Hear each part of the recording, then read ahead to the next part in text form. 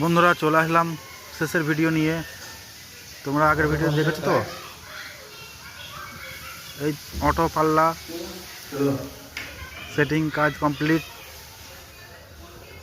এই সাইডটা আজকে শেষের দিকে শেষ হয়ে আরেকটু কাজ করলে সাইডটা পুরোপুরি কমপ্লিট হয়ে যাবে। কিছু কিছু পাল্লা হালকা টুইনিং করতে হবে, টুইনিংটা করলেই কমপ্লিট।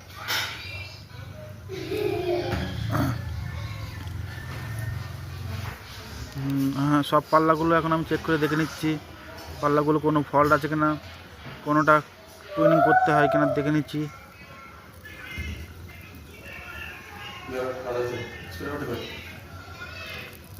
টুইনিং করা হয়, টুইনিং করছি পাল্লাটা।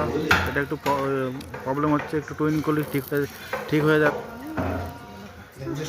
এই পাল্লাটা টুইনিং হয়ে গেছে, এবারে দেখো সঠিক হয়েছে পাল্লাটা টুইনিং করা। এই আরেকবার চেক করে দেখে নিচ্ছি। এই দিকেও ছেড়ে দিলাম, ঠিক আছে, লেগে গেছে। এবারে আমরা তারপরে যে স্টিকারটা থাকে স্টিকারটা খুলছি, তাহলে শাইনিংটা বেশি চিপটা তোলার পর তোমরা ফাইনাল লুকটা প্লিজ একটু দেখো। অল্প খরচে মডেলার কিচেনের কাজ তোমরাও চাইলে করতে পারো।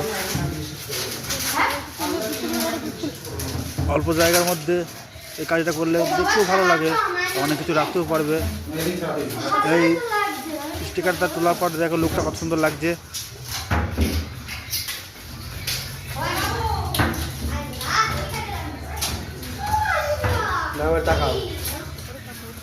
দেখো বন্ধুরা, ভিডিওটা দেখো কত সুন্দর লাগছে।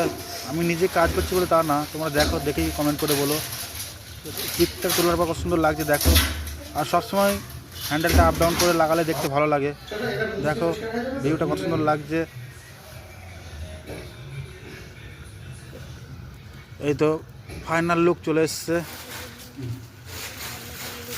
আমরা কিচেনের সমস্ত রকম কাজ করে থাকি, কাজের শেষে দাদা বললো এই ওপরে বক্সটা লাগিয়ে দিতে, তাই লাগিয়ে দিচ্ছি। এটা জাস্ট লুকটা দেখো, কমেন্ট করো প্লিজ।